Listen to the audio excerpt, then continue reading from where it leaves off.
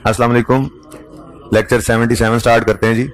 कल आपकी क्लास में ये क्वेश्चन रह गया था, पिछली क्लास को करवा दिया था, लेकिन उनका नोट रह गया था एरर करेक्शन का, तो वो आपको करवा दिया था पहले। तो ठीक है, थोड़ा डिफरेंस ये हो गया था। तो जरा जल्दी से ये क्वेश्चन देखें, क्या है रिक्वायरमेंट इसकी। ये हमने IAS 16 के अंदर किया था, चेंज इन एस्टीमेट का नोट बनाना आपको सिखाया था, ये वही है। इसमें रेजिडुअल वैल्यू भी है। वैसे तो मैंने कोशिश की थी वहां भी रेजिडुअल वैल्यू इंपैक्ट आ जाए, लेकिन जो सवाल हमने उठाया था उसमें कोई इंपैक्ट आया ही नहीं था इत्तेफाक से। फिर मैंने कहा था चलो IAS 8 में जाके हम इसको कर लेंगे। क्वेश्चन देखें, we purchase an asset on यकम जनवरी 18 फॉर 125, लाइफ इज 4 साल, रेजिडुअल वैल्यू इज 5। अब 4 साल वाली जिंदगी का एसेट था और 1 साल गुजरने के बाद यकम जनवरी 18 को it is estimated that remaining life is 2 years only with new residual value of 5।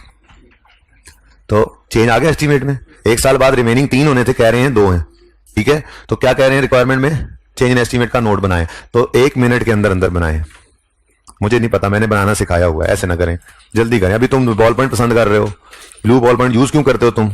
होना ही नहीं चाहिए तुम लोगों के पास ब्लू बॉल पॉइंट। हाँ चलो, मार्किंग के लिए ब्लू रेड ग्रीन हो, लेकिन यूज ब्लैक किया करें। ब्लैक गुम हो जाता है यार, तुमने रजिस्टर ही नहीं खोला अभी तक यार। अब तक तो नोट बन जाना चाहिए था।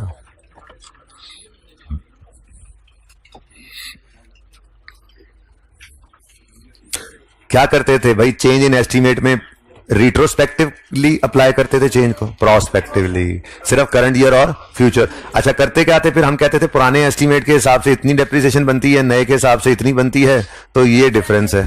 ठीक है ना, तो उस डिफरेंस से हम कहते थे करंट ईयर का प्रॉफिट बढ़ गया या कम हो गया, और एग्जैक्ट उसी अमाउंट को फ्यूचर ईयर्स में डाल देते थे। फिर रेजिडुअल वैल्यू में आपको कहा था डेप्रिसिएशन का सहारा लेना।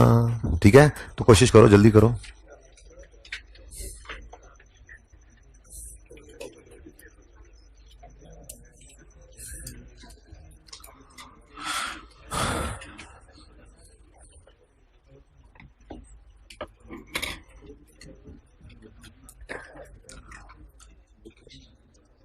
एक मिनट से भी ऊपर हो गया।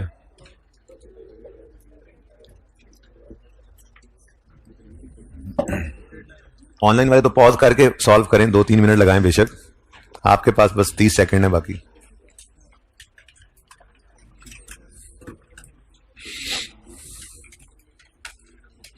पेज नंबर कोई ना पूछे, सामने लिखा हुआ पेज नंबर।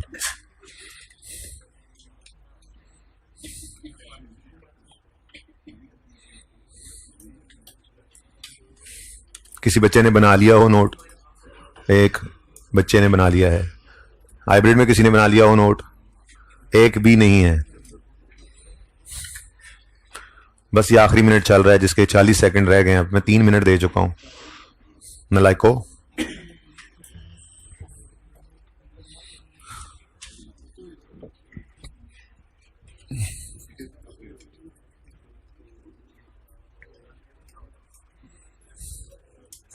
सर हम तो भूल गए, इतने दिन हो गए चेंज एस्टीमेट का नोट बनाए हुए।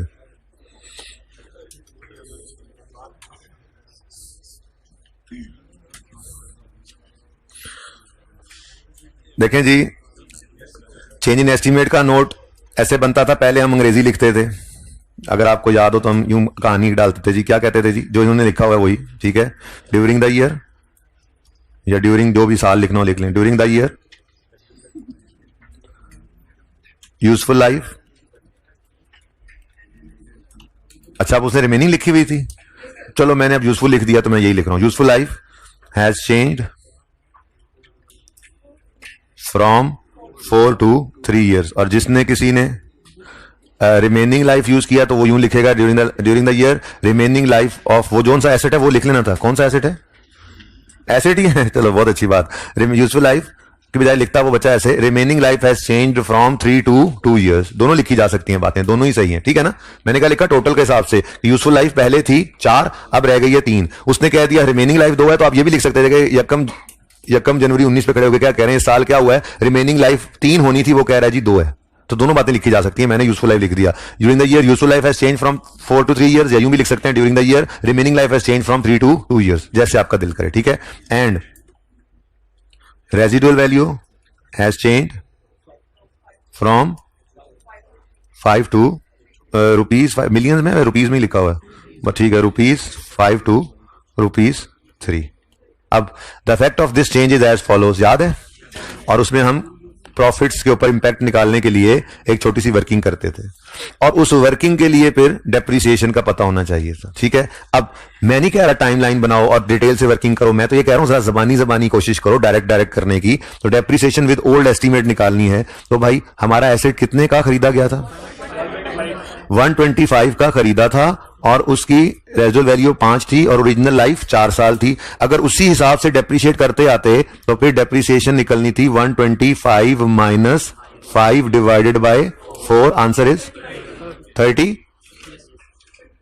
ठीक है जी, ये डेप्रिसिएशन निकलनी थी, लेकिन एस्टीमेट में आ गया चेंज और 1 साल बाद आ गया। बोलो, अब 1 साल बाद आया है तो अब देखो ना, डेप्रिसिएशन 1 साल की निकल चुकी है, तो इसका मतलब अगर एस्टीमेट चेंज हो रहा है तो बुक वैल्यू किस दिन पे कितने पे पहुंच गई होगी इस दिन? 125 माइनस 30, 95 पे। ठीक है, अब रेलेवेंट कौन सी बुक वैल्यू है? आपने डिटेल से वर्किंग शर्किंग की, मैं बच्चों को देख रहा था इधर उधर जहां तक नजर जाती थी, डिटेल से वर्किंग कर रहे हैं, बुक वैल्यू निकाल रहे हैं, ठीक है, अच्छी बात है, लेकिन वो सीखने के जमाने में होता है, यहां डायरेक्ट कर सकते थे आप, ठीक है ना? तो भाई अगर एस्टीमेट चेंज हो गया है तो अब 125 माइनस, चलो मैं ये भी लिख देता हूं, इतना मैं कर देता हूं, ये 125 माइनस 30 कितना आता है? ये 95 की बुक वैल्यू है at the date of change in estimate. इसमें से नई रिवाइज रेजिडुअल वैल्यू माइनस करो, 3 थी, और डिवाइड करो इसको रिमेनिंग लाइफ से, वो है 2। तो नए एस्टीमेट के हिसाब से डेप्रिसिएशन कितनी बन गई?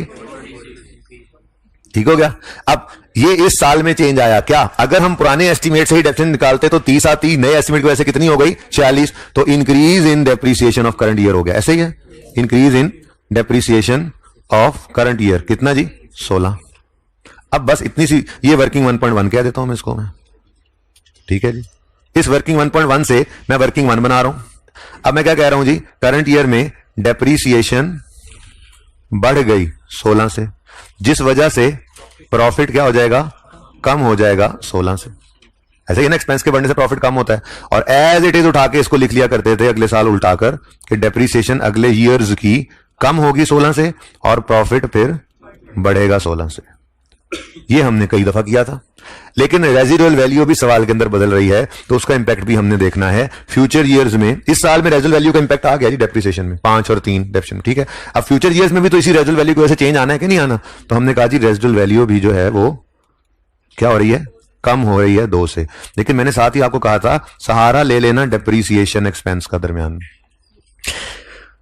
रेजिडुअल वैल्यू कॉस्ट में से माइनस होकर डेप्रिशिएबल अमाउंट निकालती है। ये फिगर जितनी ज्यादा होगी डेप्रिसिएशन उतनी कम होती जाएगी। देखो 125 का एसेट है, अगर रेजिडुअल वैल्यू 25 है तो 5 से डिवाइड करो, क्या आंसर आता है? 20 आता है। और रेजिडुअल वैल्यू अगर 15 है तो डिवाइड करो 5 से, आंसर क्या आता है? 22। क्या मतलब? रेजिडुअल वैल्यू कम होती है तो डेप्रिसिएशन बढ़ जाती है। क्यों? क्योंकि इसकी वजह से डेप्रिशिएबल अमाउंट, ये जितना ज्यादा फिगर माइनस करोगे डेप्रिशिएबल अमाउंट उतनी कम होगी, तो डेप्रिसिएशन उतनी कम होगी, और ठीक है ना? तो रेजिडुअल वैल्यू के कम होने से डेप्रिसिएशन ने क्या होना है? बढ़ना है। डेप्रिसिएशन ने बढ़ना है तो डेप्रिसिएशन बढ़ जाएगी, और डेप्रिसिएशन के बढ़ने से प्रॉफिट कम हो जाएगा, तो प्रॉफिट कम हो जाएगा 2 से, ठीक है ना? तो ये दरमियान में हमने वैसे ही एक वास्ता डाला, ये दरअसल समझने के लिए था प्रॉफिट को, ठीक है जी। तो प्रॉफिट नेट में, फिर नेट में प्रॉफिट अगर फ्यूचर ईयर्स में 16 से बढ़े और फ्यूचर ईयर्स में 2 से कम हो तो नेट में 14 से बढ़ गया। और बोलो, गूंगे ना हो तो करंट ईयर, 1 मिनट बात पूरी हो जाए। करंट ईयर प्रॉफिट्स 16 से बढ़ रहे हैं मेरे ख्याल से, अच्छा कम हो रहे हैं, तो decrease in current year profits 16, और next increase in future years profits 14 से। और ये आपका चेंज इन एस्टीमेट का नोट बन गया। 1 मिनट, इसको मैं थोड़ा सा तस्वीर के काबिल करता हूं, करीब करीब कर देता हूं उसके, और दूसरा अब सवाल भी आप कर सकते हैं। जी बेटा बोले, यहां से सवाल उठा था। जी बोले बोले बेटा बोले।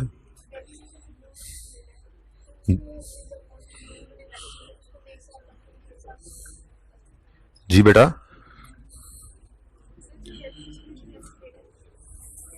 डेप्रिसिएशन में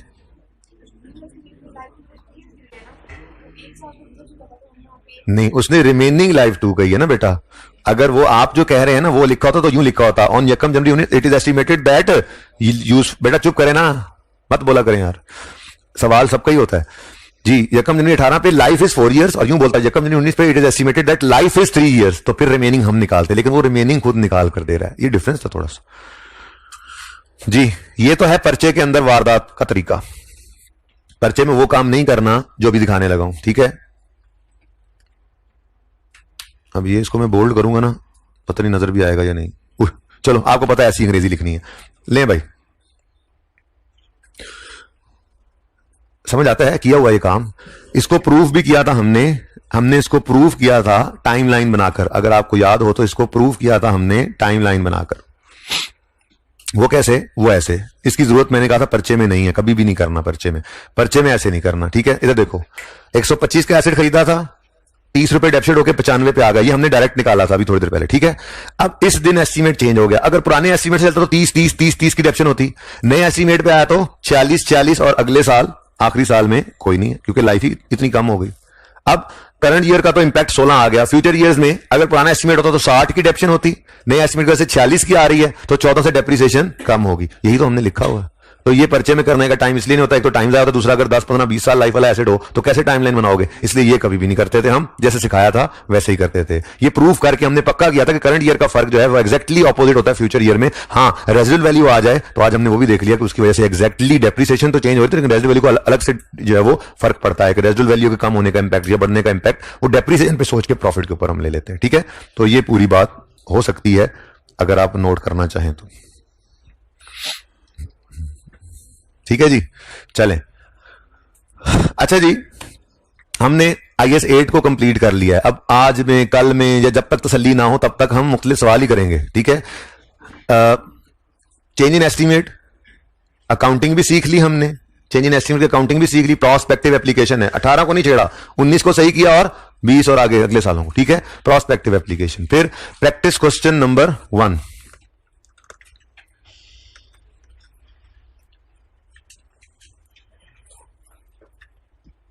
प्रैक्टिस क्वेश्चन नंबर 1।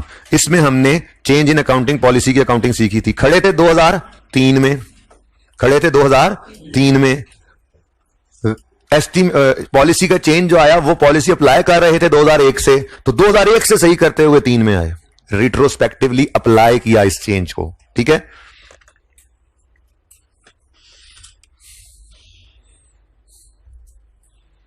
ये कल सवाल किया था हमने।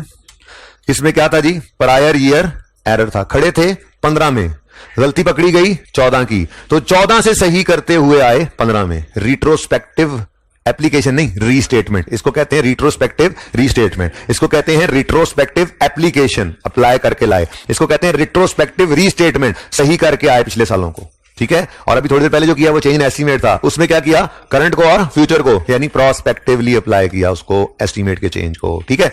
सही है ना। अच्छा, अगली बात जो कल हमने देखी थी वो ये थी, अगर पॉलिसी चेंज हो तो आपने जिस साल में खड़े हैं, किस साल में खड़े हैं जी? किस साल में खड़े हैं जी? बताइएगा जरा। 2003 में खड़े हैं, तो 2003 को भी आपने प्रेजेंट करना है। बाकी तो उसूल वही हैं जो स्टैंडर्ड ने बताए हुए हैं। इनकम स्टेटमेंट 2 साल की, बैलेंस शीट 3 साल की।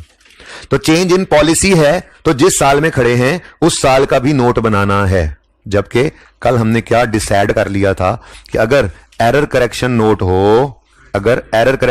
हो, तो जिस साल में खड़े होंगे उस साल का नोट आपने नहीं बनाना। काट दिया था, बनाकर इसलिए काटा था ताकि आपको जरा वो कंसिस्टेंसी से एक बार रिवाइज हो जाए सारी बात, ठीक है। वजह क्या है? वजह यह है कि बेटा हम वैसे तो इतनी वजह काफी है कि स्टैंडर्ड ने कहा हुआ है, लेकिन वैसे थोड़ा सा सोचे ना, लॉजिकली भी बात बड़ी अजीब लगती है कि हम क्या कह रहे हैं यूजर को, पहली बार फाइनेंशियल स्टेटमेंट भेज रहे हैं और क्या कह रहे हैं, हमने जी ये गलती की फिर हमने इसको सही किया। अल्लाह के बंदो, जो अल्लाह ने पर्दा डाला हुआ है तो क्यों लोगों के सामने रखते हो उसको? हजारों गलतियां होती हैं दौरान साल हमारी फाइनेंशियल स्टेटमेंट बनाते हुए, हम उनको सही कर लेते हैं। करेक्शन वगैरह का टॉपिक पढ़ के आ रहे हैं तो यूजर के पास जाने से पहले कोई गलती हुई है, सही कर ली है, ठीक है, बताने की क्या जरूरत है? बताने की क्या जरूरत है? यहां पे तो ये है, हम कहते हैं पॉलिसी, अकाउंटिंग पॉलिसी चेंज हुई है तो हम कहते हैं इस साल में भी उसका इंपैक्ट दिखाओ। स्टैंडर्ड कहता है इस साल में भी, पॉलिसी अगर पुरानी वाली ही होती तो उसके क्या असरात होते। ये गलती नहीं है, पॉलिसी चेंज हुई है तो स्टैंडर्ड कहता है इस साल में भी इसका असर बताओ कि पॉलिसी चेंज होगी तो क्या होता है। ठीक है। लेकिन ये देखो स्टैंडर्ड कहता है अच्छा नहीं लगता ऐसा बताना लोगों को कि आप गलतियां करके उनको सुधारते हैं, वो पिछले साल गलती होगी सही कर ली, इस साल कोई गलती नहीं है, तो इसलिए ये फर्क है। अब ये स्टैंडर्ड खत्म हो गया।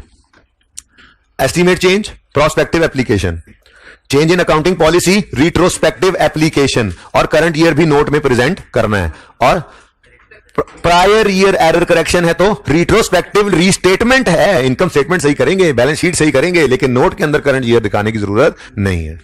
ठीक हो गया, सही है। बाकी उसूल वही है कि इनकम स्टेटमेंट बनेगी, इनकम स्टेटमेंट बनेगी, अस्तगफिरुल्लाह, यही तो सुनना चाह रहा था मैं। इनकम स्टेटमेंट बनेगी 2 साल की, चेंज इन इक्विटी बनेगी 2 साल की, बैलेंस शीट बनेगी 3, और नोट तो उसी के साथ ही होता है ना, उसके अंदर हमने अपने उसूल बना लिए। ठीक है, सही है। और ये किसने कहा हुआ इनकम स्टेटमेंट 2 साल की बनेगी, चेंज इन इक्विटी 2 साल की बनेगी, बैलेंस ये सेठ ने कहा है। ठीक है जी, तो ये याद रखना है। ओके जी बेटा, लिखवा दें, लिखा नहीं अभी तक आपने, ठीक है, बस लिख लें, फिर मैंने बोल दिया लिखवा रहे, लिख। इनकम स्टेटमेंट 2 साल की, चेंज इन इक्विटी 2 साल की, और बैलेंस शीट 3 साल की। बस ये अपने अल्फाज में और यार ये लिखने की जरूरत ही नहीं, वैसे इतना अच्छा आपको याद हो गया। ठीक है, ये भी तो रूल ही था, ये याद हो गया ना, तो सब कुछ। बातें ना करो भाई, पास पेपर 1 होमवर्क में था, आ जाओ। ये देखो ये स्टैंडर्ड है सारा। बस मेरा बस क्यों नहीं चल रहा, बस चलता है, 1 मिनट, इस बस को भी चला लेते हैं जरा। किधर नजदीक है, इधर नजदीक है, ये बस को मैं जरा चलाता हूं। मैं सारा स्टैंडर्ड ऐसे, वो इधर ही आ गया बदतमीज। हाँ जी जी बिल्कुल, प्रोस्पेक्टिव, आज और फ्यूचर।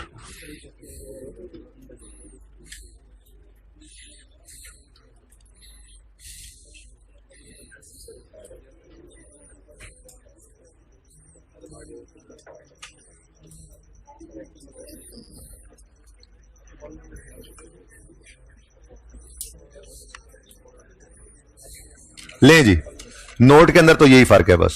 ठीक है, ये देखें,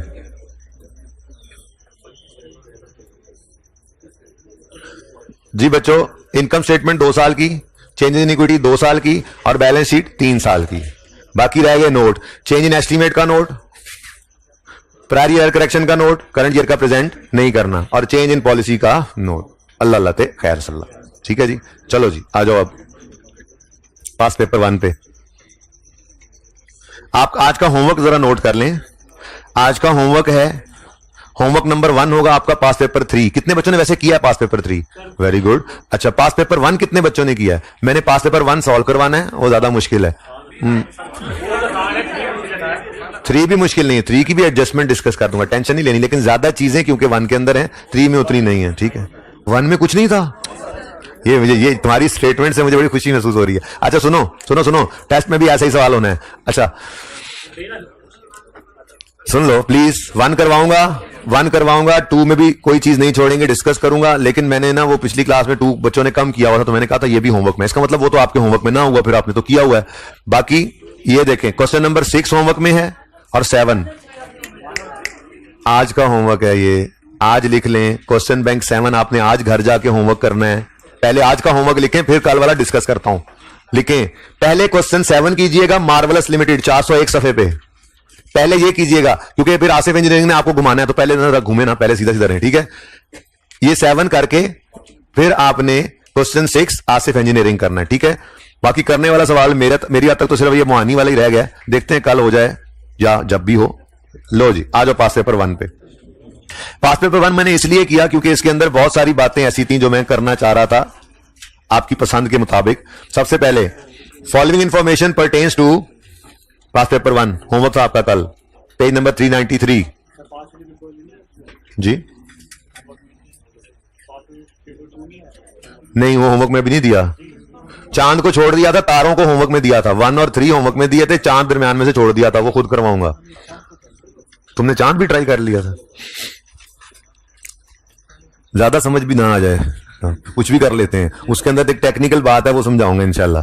अच्छा जी सुने, लेकिन उसके लिए पास पेपर 1 का किया होना जरूरी था, इसलिए भी जरूरी करा रहा हूं। इन दोनों के कंपैरिजन को फिर इंशाल्लाह हम देखेंगे। सुने जी, following information pertains to draft financial statements of Paul for the year 31 December 14। तो 14 का ड्राफ्ट है, 13 का ड्राफ्ट नहीं हो सकता, मैं ये बात डिस्कस कर चुका हूं, ठीक है। 13 ऑडिटेड, ये ड्राफ्ट है 14 का। कोई आपस में बात ना करे यार, प्लीज समझा दो इसको।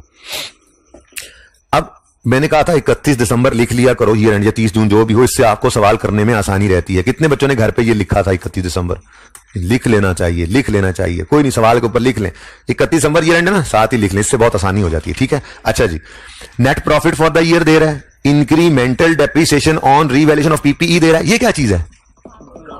वही रीवैल्यूएशन सरप्लस डेबिट रिटेन, सब कुछ रेडी स्टेडी एप्पल गो था यहां पे। और नेक्स्ट क्या है? Revaluation surplus arose during the year. तो मैंने पिछली क्लास में बच्चों से यही कहा कि क्या ख्याल है, हम क्यों ना अपना एक लगाया हुआ लेक्चर में, बड़ा तकलीफ देता है कोई लेक्चर लगाओ किसी चीज पे, क्यों ना हम उसको अप्लाई कर लें इस पे, ठीक है। तो 13 का प्रॉफिट 52 है और 14 का प्रॉफिट 78 है। ये लाल गाड़ी वाली सवारियां याद है, ये यहां से निकलकर कहां जाया करती हैं? प्रॉफिट एंड लॉस में, ठीक है, और वहां से रिटेन अर्निंग्स में, सही है ना। मतलब ये प्रॉफिट एंड लॉस ही है, मैं उधर ले जाता हूं, ठीक है। अच्छा, ये प्रॉफिट आफ्टर टैक्स है और ये 10 और 12 ये revaluation surplus arose during the year है, जिसको हाँ, तो revaluation surplus arose during the year ही है ना। मैं क्या पता नहीं, मेरे मुंह को गलत निकल गई है। ये revaluation surplus arose during the year है और ये इन ओसीआई लिखते थे इसकी एंट्री में, यानी ये ओसीआई से रूट होकर रीवैल्यूएशन सरप्लस में जाता है चेंज इन इक्विटी में, ठीक है। तो अगर हम अपनी इस इनकम स्टेटमेंट के एक्सट्रैक्ट, स्टेटमेंट कॉम्प्रिहेंसिव इनकम के एक्सट्रैक्ट्स बनाएं तो इसमें ये 78 और ये 52 और दूसरा ग्रीन गाड़ी भी आता था जी, वो क्या है? सॉरी 10 और 12। टोटल हम करते ही नहीं थे, कैसे ही कंफ्यूज करेगा, ठीक है। ये लाल गाड़ी वाले रिटेन अर्निंग्स में जाके पार्क हो जाते थे, ये सब्ज गाड़ी वाले रीवैल्यूएशन सरप्लस में जाके पार्क हो जाते थे, ठीक है। और ये जो 1.5 और 1.3 है, इसको भी यहां कहीं फिट करो, यहां कहीं फिट करो। ये यहां नहीं फिट होता था, बल्कि इसकी एंट्री होती थी revaluation surplus debit, retained earnings credit, और इस रीवैल्यूएशन सरप्लस के साथ हम इन ओसीआई नहीं लिखते थे। तो ये जब स्टेटमेंट इक्विटी बनाते हैं तो उस वक्त ये विद इन इक्विटी ये मूवमेंट शो होती है। तो ये 6 की 6 आइटम्स जहां जानी थी हमने उनको देख लिया। ये मैंने जरा उस दिन वाले लेक्चर की तरह से एक्सट्रैक्ट बना लिए। अब चेंज इन इक्विटी बनाने लगेंगे तो रिटेन्ड अर्निंग्स के अंदर ये और रीवैल्यूएशन सरप्लस के अंदर ये, और फिर एंड पे रीवैल्यूएशन सरप्लस में से 2.3 एक साल में निकाल के रिटेन अर्निंग में, दूसरे साल में 1.5 निकाल के रिटेन अर्निंग्स में, ठीक है। नेक्स्ट, हाँ गलती भी है, कोई गलती है जी। Installation of an assembly was completed in 12। खड़े हैं हम 14 में, पता नहीं 12 खोल के बैठ गए। पढ़ते हैं, installation of an assembly plant is was completed in December 12, अच्छा, at a cost of 60 and was ready for use on 1 फरवरी 13। अच्छा चलो, हमारे लिए तो रेलेवेंट ये वाली बात, ठीक है जी। 1 फरवरी 13 को हमने डेप्रिसिएशन स्टार्ट करनी है। अब हम खड़े कौन से साल में हैं? 2014 में। 13 की गलती सामने आ गई है कोई? देखो, however deduction for the year ended 31 December 13 amounting to 4.5 was worked out from the date of production, that is 1 अप्रैल 13। वो कह रहा है लेकिन हमने जो डेप्रिसिएशन वर्कआउट की ना, ठीक है, और वो की किस दिन से? 1 अप्रैल से। वो 1 अप्रैल से वर्कआउट की है तो 4.5 आई है, वो चार्ज हो चुकी है 13 में, क्योंकि वर्कआउट अगर 13 की डेप्रिसिएशन 1 अप्रैल से की थी 4.5, तो यही चार्ज की होगी ना उसने, ठीक है। अब बस दुआ ही किया करो, ये दुआ ही किया करो कि वो सिर्फ गलती किया करे, ठीक है। वो क्या किया करे? सिर्फ गलती किया करे, उसको सही ना किया करे, ठीक है। फिलहाल मैं इसको छुपा रहा हूं, ठीक है। उसने कुछ गलती को सही करने की कोशिश, हम उसे कहेंगे यार तुम गलती कर लिया करो, हम है ना, हम सही कर लेंगे, तुम प्लीज सही ना किया करो इससे, ठीक है। तो सही करते पता नहीं क्या कर देता है। चले छोड़े, उसको बाद में देखेंगे, ठीक है। अब अगला सवाल का पॉइंट है शेयर होल्डर इक्विटी गिवन है, फिर उसमें राइट इशू भी आ रहा है, फिर डिविडेंड है, फिर सवाल खत्म है। इसका मतलब पूरे सवाल में कहीं पे कोई डेप्रिसिएशन रेट वगैरह नहीं गिवन है, कहीं पे कोई कॉस्ट वगैरह नहीं गिवन है इस प्लांट की। सिर्फ इतना पता है कि 4.5 मिलियन जो है वो 1 अप्रैल से वर्कआउट हुई, यानी 9 महीनों की डेप्रिसिएशन है। हम कह रहे हैं वो 1 फरवरी से होनी चाहिए थी, यानी 11 महीनों की। तो जो 2 महीनों की डेप्रिसिएशन कम चार्ज हुई है उसको हमने चार्ज करना है, लेकिन वो निकालने के लिए हमारे पास इसके अलावा और कोई हल नहीं है कि हम ये अज्यूम करें कि जी ये अज्यूम क्या करना है, वैसे तो पहला साल ही है, पहला साल है तो 4.5 ये कॉस्ट पे लगकर डेप्रिसिएशन निकली होगी पूरे साल की, उसको 9/12 करके ये 4.5 निकाला होगा, यानी ये डेप्रिसिएशन 9 महीनों की है। ये डेप्रिसिएशन देखो ना, डिवाइड करते हो साल से तो सालाना डेप्रिसिएशन आ जाती है, उसको डिवाइड कर दो 12 से तो माहाना डेप्रिसिएशन आ जाती है, ठीक है ना। डिवाइड कर दो 365 से तो रोजाना की डेप्शन आ जाएगी, ठीक है। तो हम 4.5 को डिवाइड करेंगे 9 से, तो ये माहाना डेप्शन आ जाएगी। अब इसको 11 से मल्टीप्लाई करके वो फिगर निकालने की कोई जरूरत नहीं है। 9 महीनों की डेप्शन तो उसने चार्ज की हुई है ना, हमें मसला है 2 की कम चार्ज हुई है, उसको मजीद चार्ज करना है। तो फिर हम 4.5 को डिवाइड करेंगे 9 से, पर मंथ डेप्रिसिएशन आ जाएगी, इनटू 2 करेंगे तो हमारे पास वो अमाउंट ऑफ डेप्शन आ जाएगी जो शॉर्ट चार्ज हुई है, उसे मजीद चार्ज कर देना है। तो डेप्शन शॉर्ट चार्ज है, ये मानते हो। 11 महीनों की चार्ज होनी चाहिए थी, हो गई।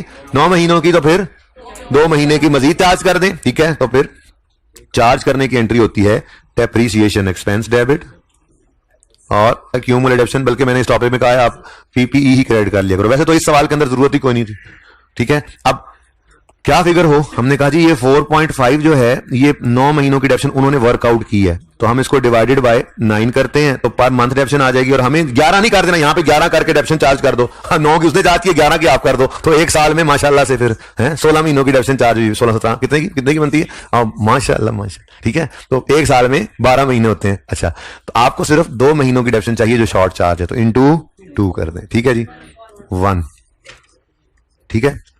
यहां तक को मसला। अच्छा, अब ये गलती आप सही कर लेते, लेकिन ये गलती उसने भी सही की।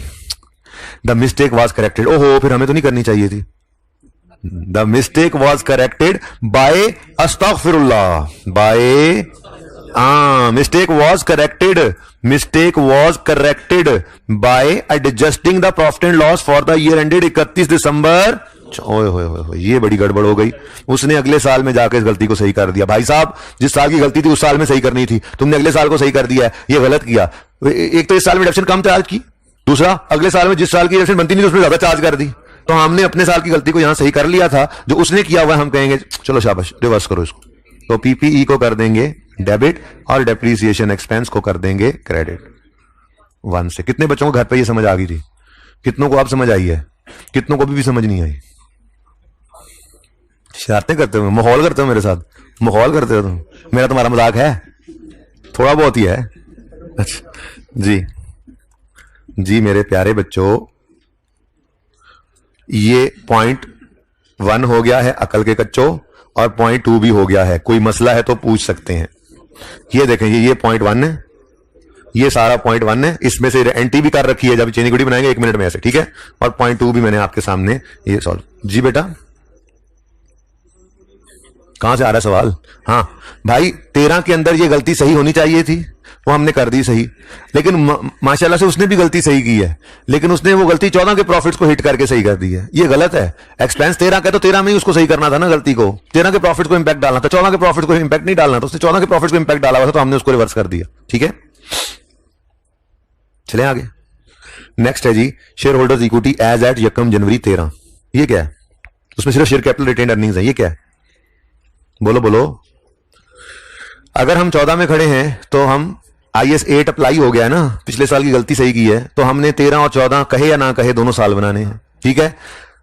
तो 13 का ओपनिंग 1 जनवरी 13 को, जो कल सवाल में गिवन नहीं था, मुसीबत पड़ गई थी, रिटेन अर्निंग्स का लेजर बना के निकालना पड़ा था, वो फिगर उसने आज कहा है, टेंशन ना लो, ये है 1 जनवरी 13 पे रिटेन अर्निंग्स 45 और शेयर कैपिटल का बैलेंस भी। आज पूरी स्टेटमेंट इक्विटी बनानी है ना, तो ओपनिंग बैलेंसेस गिवन है, ठीक है, सही है। तो ये जस्ट ओपनिंग बैलेंसेस हैं, मुफ्त के नंबर हैं, जाके लिखेंगे चेंज इन इक्विटी में ठक करके नंबर, ठीक है जी। Next on 30 November 2014 Paul issued right shares. अगली बात, किस दिन इशू किए हैं?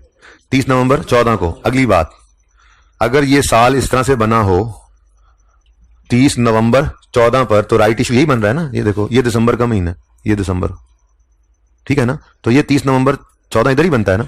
अब मैंने पास पेपर 1 चेंज इन इक्विटी के अंदर ऐसे ही नहीं टाइम लगा दिया, तो उस दिन आप कहते इतना आसान सवाल है क्यों कर रहे हैं। वहां पे एक बड़ी इंपॉर्टेंट डिस्कशन की थी कि सवाल की खामोशी केस में नॉर्मल अजम्पशन है, ये नॉर्मल है बिल्कुल, इसमें कोई गलत बात भी नहीं है।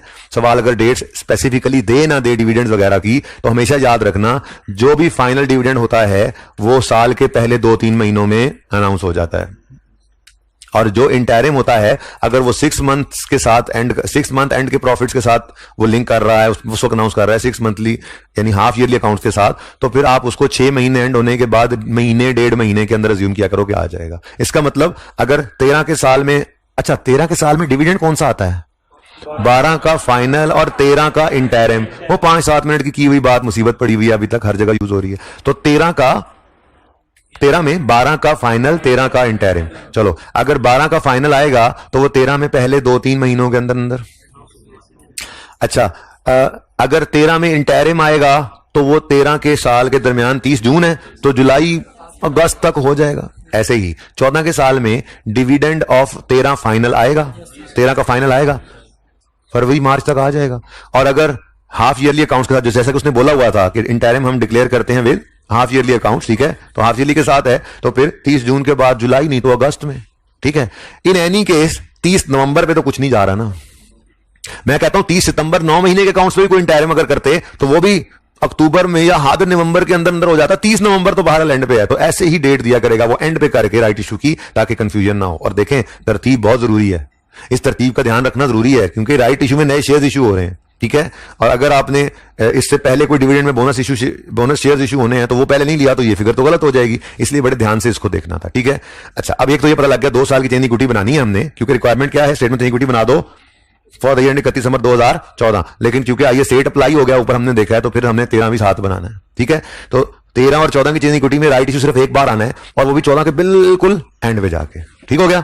और आखिरी पॉइंट है डिविडेंड्स की बारिश। डिविडेंड्स की क्या हो रही है जी, बारिश।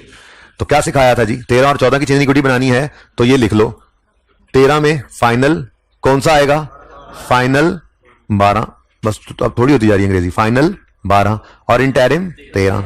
14 के अंदर फाइनल 13 और इंटरिम 14, ठीक है। इसको कहा था नंबर 1 करना, नंबर 2 करना। अब तरतीब, आज पहली बार 2 साल बना रहे हैं ना, नंबर 3 और नंबर 4, ठीक है। अब ये नंबरिंग कर लेने से आपको लग रहा है कि आप लोगों ने होमवर्क में कितने नंबरिंग की थी, ऐसे ही नंबरिंग की थी, कितने बच्चों ने, 2 3, हाइब्रिड में 4 5 6, बस ना मानने वाले अक्सरियत है, मानने वाले थोड़े से, ठीक है। फायदा बहुत होता है। आपको लग रहा है ये जी टाइम जाया होता है, टाइम जाया नहीं होता।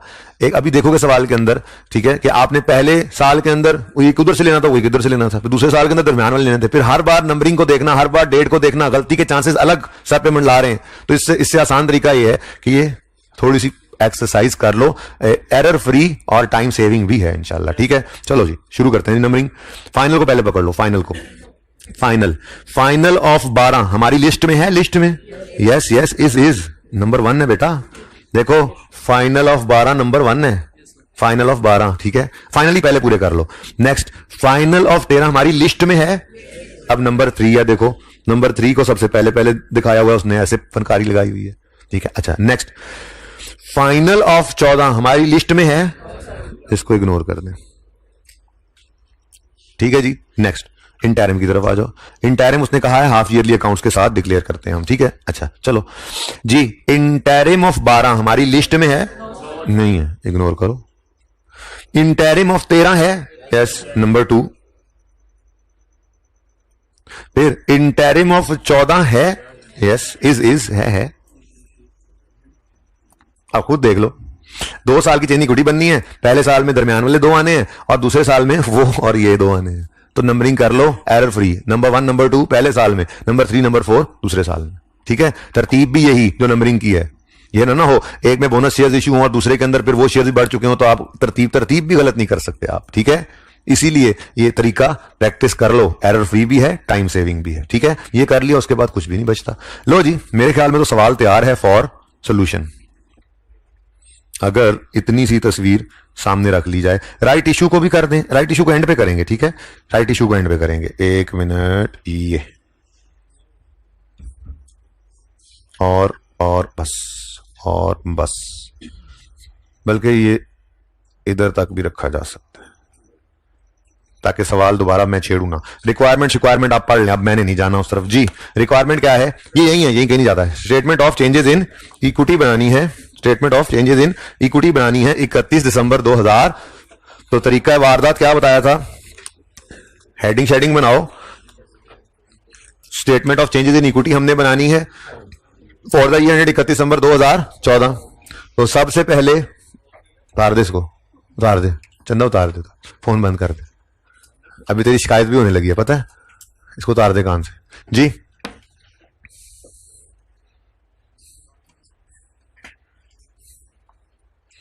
ओके जी प्यारे भाई, क्लास के बाद मुझे मिल भी लेना आके। अच्छा जी, 31 दिसंबर 2014 ये डेट यहां लिखी। अच्छा, अब 2 साल की चेंज इन इक्विटी बनानी है तो ओपनिंग, क्लोजिंग, क्लोजिंग, इस क्लोजिंग को उठाओ, इस डेट को उठाओ, इस क्लोजिंग पे लिखो 31 दिसंबर 14, ये 31 दिसंबर 13, ये 31 दिसंबर 12, ये 1 जनवरी 13, जैसे आपका दिल करे। ठीक है, सही है ना? यहां तक को मसला। ऐसे ही हर सवाल को करना है, पहले इसको लिख लेना है, ओपनिंग, क्लोजिंग, क्लोजिंग लिखना है और इस डेट को उठा के इधर लिखना है, गलती ना हो बिल्कुल। ये 31 दिसंबर 13 और फिर ये 31 दिसंबर 12 या 1 जनवरी 13। एक बात। दूसरी बात, रिक्वायरमेंट अब मैंने छुपाई हुई है। रिक्वायरमेंट को तो छुपाना ही था, छोड़ो, इधर आओ। किस साल में खड़े हैं? तो 14 के साल के प्रॉफिट्स की गलती, 14 के प्रॉफिट्स अवेलेबल होंगे। हम 13 और 14 की सेम इक्विटी बनाएंगे ना, तो 14 के साल की गलती को 14 में सही करेंगे, 13 के साल की गलती को 13 में सही। अगर खुदा ना खास्ता 12, 11, 10 इन सालों की गलती भी होती तो फिर हम ओपनिंग को 2 बार लिखते, ओपनिंग और फिर यही सेम ओपनिंग दरमियान में एक लाइन छोड़ते और उसमें लिख देते प्रायर ईयर एडजस्ट। 14 की गलती 14 में सही, 13 की गलती 13 में सही और 12, 11, 10, 9 जितने मर्जी साल हो जाएं उनकी गलती इस एक प्रायर ईयर एडजस्टमेंट वाली लाइन में सही करते थे। लेकिन आज जरूरत नहीं है, आप एहतियातन 2 लाइनें एक्स्ट्रा छोड़ दिया करें जब सवाल किया करें तो। ठीक है, बहरहाल सवाल हमने कर लिया हुआ है, उसमें कोई नजर नहीं आ रहा था। ठीक है, शुरू करें अब। तो सबसे पहले पॉइंट 3 कर लो। 1 जनवरी 13 पर शेयर कैपिटल ओपनिंग 200 है, रिटेन्ड अर्निंग्स ओपनिंग 45 है। तो मैंने 2 कॉलम्स क्यों नहीं बनाए? यहां पे तो मैंने 4 कॉलम्स रखे हुए हैं, बल्कि टोटल का कॉलम भी, चूंकि रिक्वायरमेंट में उसने नहीं कहा कि मत बनाओ तो बनाएंगे। अगर टोटल कॉलम नहीं बना तो सिर्फ तब नहीं बनाना जब वो रिक्वायरमेंट में स्पेसिफिकली कहे कि total column is not required. ठीक है, वरना हम लाजमी बनाएंगे। ओके, अच्छा, अब राइट इश्यू हो रहा है, सवाल में देख के आए, और 100 शेयर की फेस वैल्यू है। ये देखो 100 रुपए शेयर की फेस वैल्यू है और हमने राइट इश्यू किया है 100, कितने गया, यहां कहीं था, कहां, ये 120 पर शेयर। तो प्रीमियम पे इशू कर रहे हैं, तो प्रीमियम जो सिफर भी है स्टार्ट में, ये साल के आखिरी दिन तो आ ही जाना है, तो मैंने फॉर्मेट में शेयर प्रीमियम भी डाल दिया। फिर सरप्लस अरोज भी हो रहा है, ये देखो, ये 10 और 12 जो अरोज हुए हैं, इन्होंने भी तो रीवैल्यूएशन सरप्लस के कॉलम में जाना ही है सेविंग इक्विटी में, तो फिर ये 2 कॉलम्स भी हमारे बनने थे। ठीक है, तो 5 कॉलम्स मैंने ओपन कर लिए। ठीक हो गया, अब शुरू करते हैं सवाल। सबसे पहले पॉइंट नंबर 3 में से ये ओपनिंग उठा लो। 200 शेयर कैपिटल, 45 रिटेन्ड अर्निंग्स। जी, शेयर कैपिटल 200, शेयर प्रीमियम कोई नहीं है, रिटेन्ड अर्निंग्स 45, सरप्लस कोई नहीं है, टोटल का कॉलम घर बनाना है आपने। जी सही है, नेक्स्ट। उसके बाद मैंने आपको कहा था तसल्ली रखना, तरतीब की कोई जरूरत नहीं है, पहले लिख लो प्रॉफिट फिर बाद में डिविडेंड्स, पहले लिख लो डिविडेंड्स बाद में प्रॉफिट्स, आपकी अपनी मर्जी है। लेकिन फिर भी कुछ बच्चों ने कहा नहीं सर प्रॉफिट्स तो एंड पे आते हैं, तो ये उनकी फरमाइश के ऊपर मैं आज प्रॉफिट्स को एंड पे लिख रहा हूं। और मैं फिर बार बार कह रहा हूं पर्चे में कोई जरूरत नहीं है, पहले प्रॉफिट लिख दोगे तो बाद में डिविडेंड लिख दोगे तो गलती नहीं है, चलेगा। ठीक है, बहरहाल मैं बिल्कुल एंड पे आके यहां पे लिखने ही लगा था प्रॉफिट, लेकिन मैंने एक लाइन छोड़ दी, पता नहीं क्यों। नहीं, आपको भी पता होना चाहिए।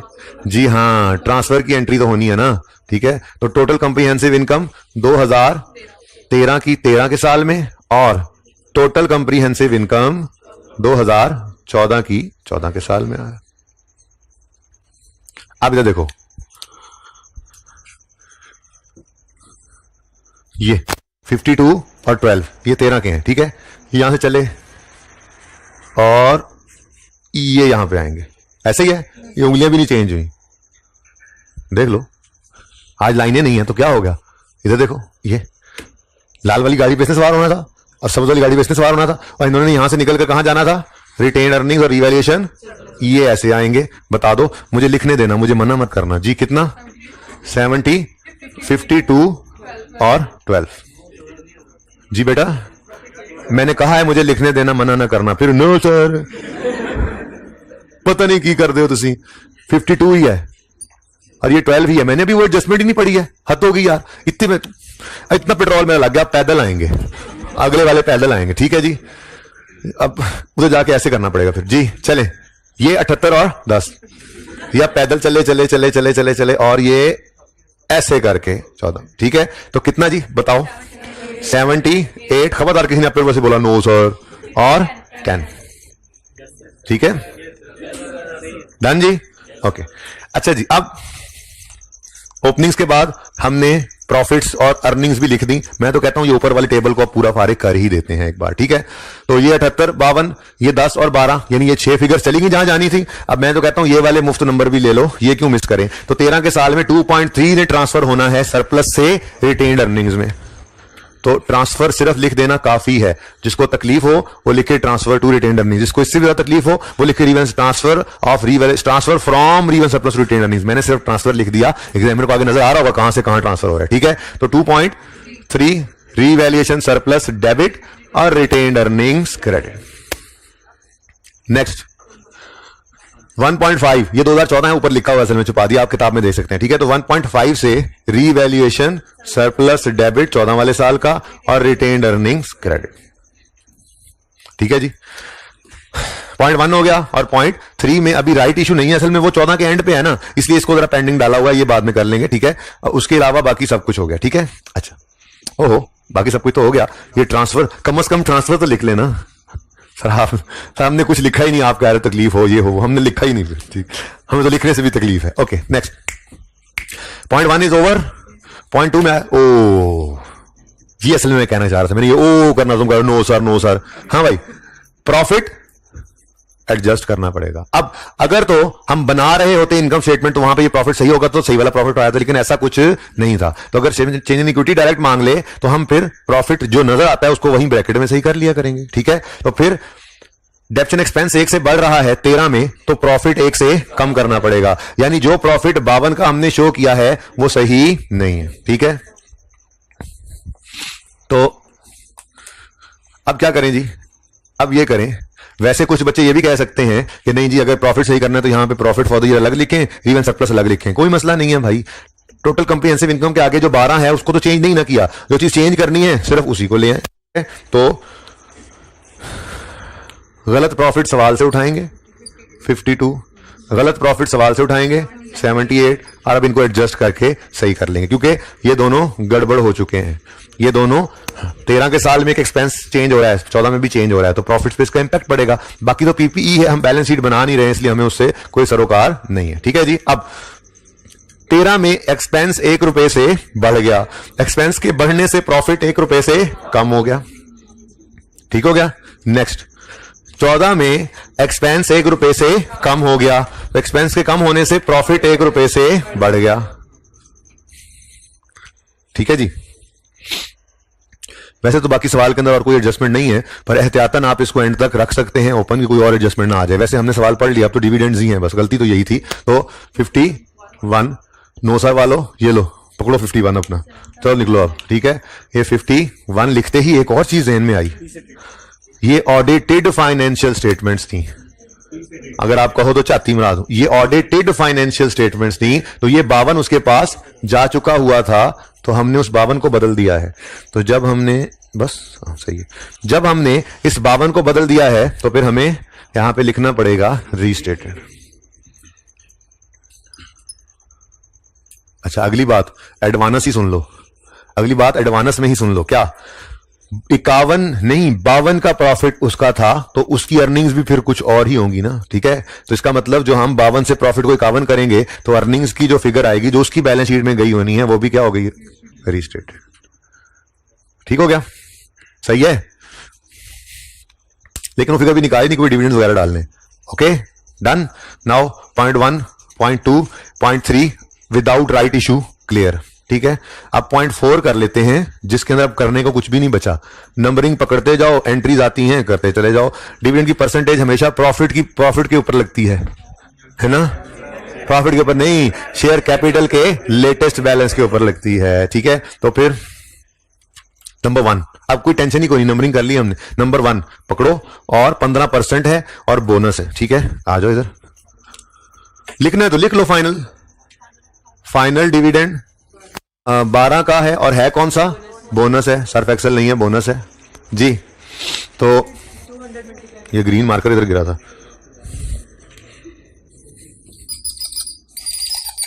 नोट कर लो, ये समझ नहीं आया।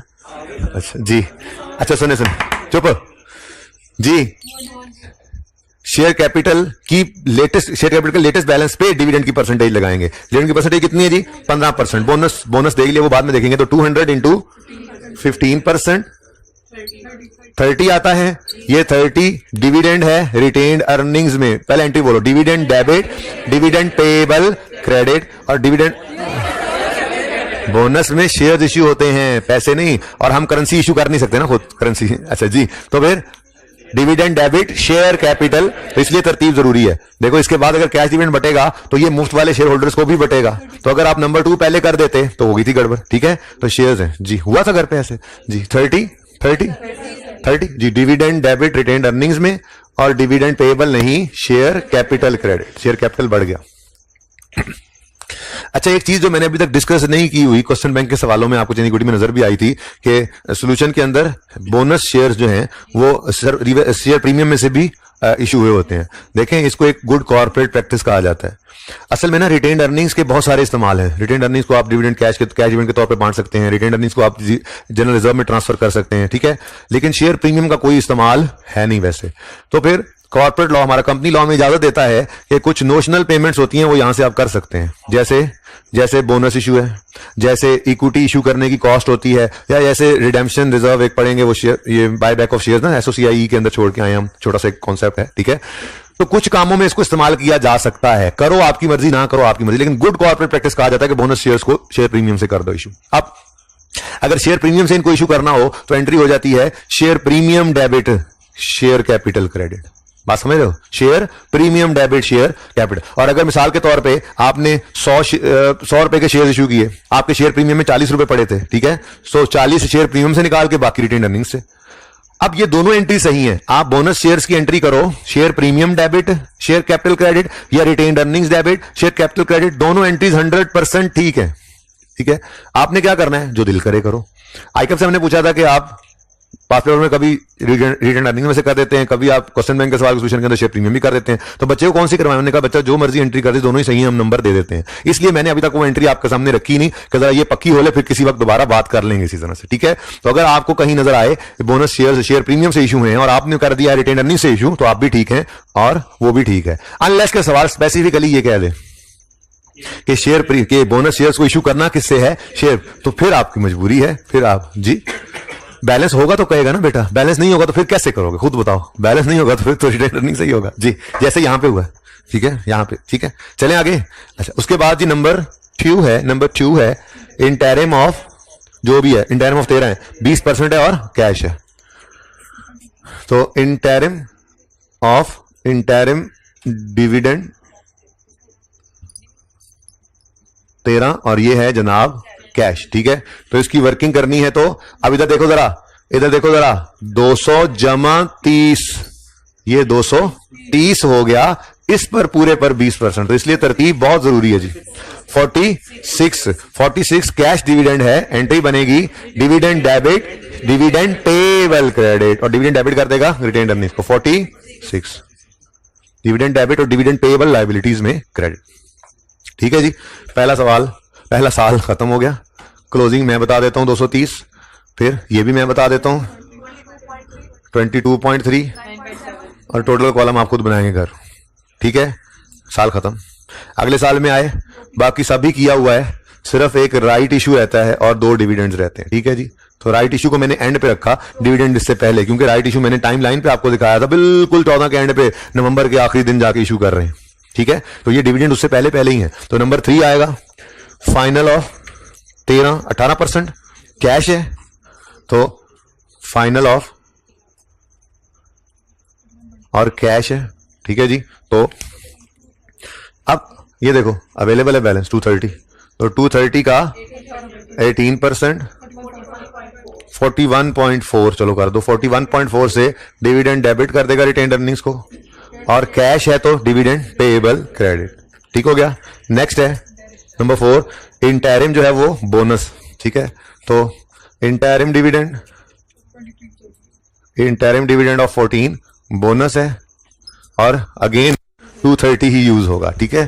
230 इंटू 10%, 23 से रिटेन्ड अर्निंग्स को डेबिट कर देगा डिविडेंड और शेयर कैपिटल को। ये बड़ा इंपॉर्टेंट इसलिए था, देखो तरतीब क्यों जरूरी है, राइट इशू से पहले इसको लिखना इसलिए जरूरी था क्योंकि अब राइट इशू की कैलकुलेशन में इन्होंने भी इस्तेमाल होना है। 260 के शेयर्स हो चुके हैं बिफोर राइट इशू, जागदार मुंडिया जी। क्या 253? अच्छा लिखा तो सही हुआ है ना, 230 प्लस 23 253। हाँ जी जी भाई क्या बोलने लगे थे? तो बेटा अगस्त में लोगे ना फिर, तो बोनस देखेंगे ना, फिर डेट देगा, इतना क्लोज रखेगा तो। हाँ यही तो बताया आपको कि ये खामोशी वो रखेगा ही दूर, हमने डेट दिन तो रखेगा ही दूर। इसी तरह से अगर वो आपको जुलाई अगस्त में, भाई क्यों बोल रहे हो यार, जुलाई अगस्त में राइट इशू भी करवा रहा है और इंटरिम डिविडेंड भी दे रहा है जुलाई अगस्त में, तो फिर उसके लिए मजबूरी है वो डेट बताएगा। ठीक है लें जी, राइट इशू के लिए ये वर्किंग होती थी हमारी, number of shares immediately before right issue, फिर नंबर ऑफ राइट शेयर्स और न्यू शेयर्स और फिर जनरल एंट्री। ठीक है, अब सवाल में देखा तो रुपीज 230 मिलियन था क्लोजिंग। हमें भी दिखाएं जरा, शेयर कैपिटल में देखें तो 230 million rupees plus 23 million rupees, यानी 253 मिलियन रुपीज बन चुके हैं। ऐसे ही है इधर, तो रुपीज 253 मिलियन डिवाइडेड बाय 100 है फेस वैल्यू, सवाल के अंदर लिखा हुआ है, ये देखो 100 ईच। शेयर कैपिटल क्या है जी? 100 ईच, तो डिवाइडेड बाय रुपीज 100, आंसर आ गया 2.53 मिलियन शेयर्स। ठीक है जी, अब ये 2.53 मिलियन शेयर्स का 25% इन्होंने इशू किया है राइट। ठीक है, ये देख लो सवाल में लिखा हुआ है 25% राइट इशू। ठीक है जी, 25% जी 0.6325 मिलियन शेयर्स नए इशू किए हैं इन्होंने। जनरल एंट्री में क्या स्टेप होता है जी हमारा? पहले क्वांटिटी लिखते हैं 6325, फिर शेयर कैपिटल में भी 0.6325, शेयर प्रीमियम में भी 0.63। आप कहा था पहले क्वांटिटी लिख लिया करो, उसके बाद तो कुछ बचता ही नहीं। कितने का नया शेयर इशू किया? 120, तो कैश में 120 आ जाएगा, शेयर कैपिटल में 100 और बाकी 20 शेयर प्रीमियम में, तो इंटू 120 इंटू 100 इंटू 20, आंसर बताएं 0.9, 63.25, 12.65। कैश दिमागों में डेबिट और शेयर कैपिटल 63.25 से क्रेडिट और शेयर प्रीमियम 65 से क्रेडिट। प्रॉफिट भी सही कर दें और साथ में रीस्टेटेड भी लिख दें। अच्छा, यहां रीस्टेटेड नहीं लिखना, पहली बार भेज रहे हैं। ठीक है, ओके, और ये सवाल खत्म हो गया, क्लोजिंग घर पे लिख लेना जाके, टोटल का कॉलम भी बना लेना। ठीक है, अब सुनो इधर, इस तस्वीर को खींचना हो तो ऐसे खींच लो, ये सारा कुछ ही आ गया। अगर नजर नहीं आ रहा तो फिर थोड़ा सा ऐसे भी कर सकते हैं। तो मेरा एक जूम वाला भाई बैठा था, सर जूम कर दें, वो कहां गया? अच्छा, वो नहीं आया आज।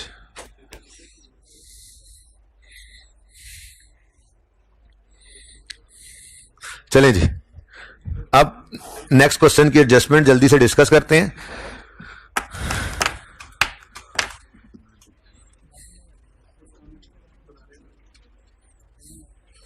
जी क्वेश्चन नंबर 3 हो गया होमवर्क आपका। बहरहाल देखें जी, 17 में हम खड़े हैं, पता नहीं 15 से डाटा देना शुरू किया हुआ है, पता नहीं कितना कितना डाटा हमने इसमें, और पता नहीं 7.5 का क्या करना था, ये बाद में देख लेते हैं।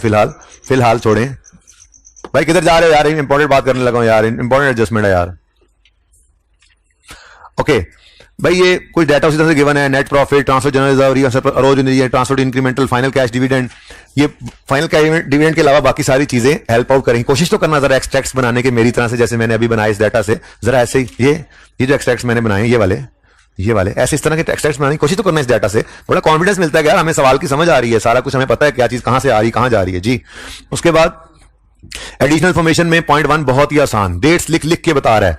25% राइट शेयर्स यकम मई को, बोनस डिविडेंड यकम अप्रैल को, 50 मिलियन शेयर्स यकम जुलाई को, बोनस इशू है यकम सितंबर को, मसला ही कोई नहीं, अजम्पशन ही कोई नहीं। ठीक है, पॉइंट नंबर 3 में 31 दिसंबर 14 और 15 के बैलेंसेज हैं, यानी क्लोजिंग है। अब इसमें से अपने मतलब का कोई ओपनिंग आपने ढूंढना था और कुछ एक इग्नोर करने थे शायद। 17 में खड़े हैं तो 17 और 16 की बनानी है चेन इक्विटी, ऐसा ही है, और 16 का ओपनिंग जो है वो 15 का क्लोजिंग होता है, तो 15 तो यूज कर लेंगे, ये 14 का कुछ भी नहीं करना था शायद सवाल में। खैर मैं तो ये डिस्कस नहीं कर रहा, इसलिए तो मैंने कहा बच्चों को, पिछली क्लास वाले बच्चों को दोबारा होमवर्क में, लेकिन आप लोग मोस्टली करके आए हैं, इसलिए आपके साथ सिर्फ मैं एडजस्टमेंट नंबर 2 डिस्कस कर रहा हूं। ठीक है, गलती क्या हुई? अब खड़े 17 में है, after preparing draft financial statements it was पता लगा that depreciation on a plant costing 700 million has been charged at 25% under reducing balance method from the date of commencement of manufacturing that is यकम July 14. However plant was available for use on यकम February 14. 17 में खड़े हैं, 14 के साल में वो गलती हुई है. कह रहा है जी 14 के साल के अंदर डेप्रिसिएशन जो है वो यकम जुलाई 14 से चार्ज किया, जबकि होनी चाहिए यकम फरवरी 14 से. तो सही कर लेंगे, ठीक है. और सिर्फ हम 14 को सही करेंगे. ये जो मुसीबत है ना, ये वाली, ये अंडर रिड्यूसिंग बैलेंस मेथड, इसने सही मुसीबत डाली. 14 में अगर डेप्रिसिएशन गलत हुई है तो 14 की बुक वैल्यू गलत हुई, वो 15 की ओपनिंग बुक वैल्यू बनी वो गलत हुई, फिर वहां पे गलत डेप्शन हुई, फिर 16 में गलत डेप्शन, 17 में गलत कोई ड्राफ्ट बन चुका है, 17 के अंदर भी गलती है. बात समझे हो. रिड्यूसिंग बैलेंस मेथड अल्लाह ना करे कि वो इस्तेमाल कर रहा हो और डेप्शन की गलती करे. हाँ, वरना तो अभी थोड़ी देर पहले देखा हमने डेप्शन की गलती उसने की थी, मैंने कहा अज्यूम करो स्ट्रेट लाइन ही है बस, ठीक है, सुकून मारो, सिर्फ उसी साल के अंदर डेप्शन का फर्क पड़ा, क्योंकि उसमें तो बुक वैल्यू पर खामोशी थी ना, खामोशी में स्ट्रेट लाइन अज्यूम कर लिया, इधर खामोशी नहीं थी, इधर पढ़ने पे आ गए फिर. ठीक है जी. तो ये है काम और ये है मामला. 17 में खड़े हैं, 14, 15, 16, 17, ठीक है. सेम इक्विटी बनाएंगे 17 और 16 की. 17 की गलती 17 में सही, 16 की गलती 16 में सही, और उससे ऊपर जितने साल हैं वो, यानी आपके सवाल में ओपनिंग ने 2 दफा आना था. अच्छा, एडजस्टमेंट क्या है? वो कहते हैं जी यकम फरवरी को अवेलेबल फॉर यूज हो गया था, 700 मिलियन का ये पौधा था. अब होना क्या चाहिए था? होना तो ये चाहिए था कि डेप्रिसिएशन आप चार्ज करते 700 इंटू कितने परसेंट? 25% इंटू 11/12, ठीक है. और वो डेप्शन एक्सपेंस आता,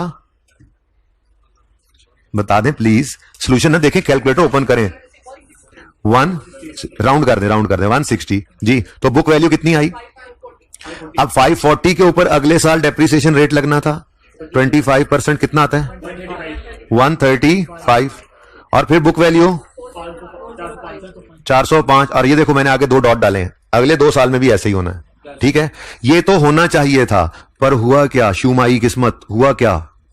700 इंटू 25% करके उन्होंने सिर्फ 6/12 किया.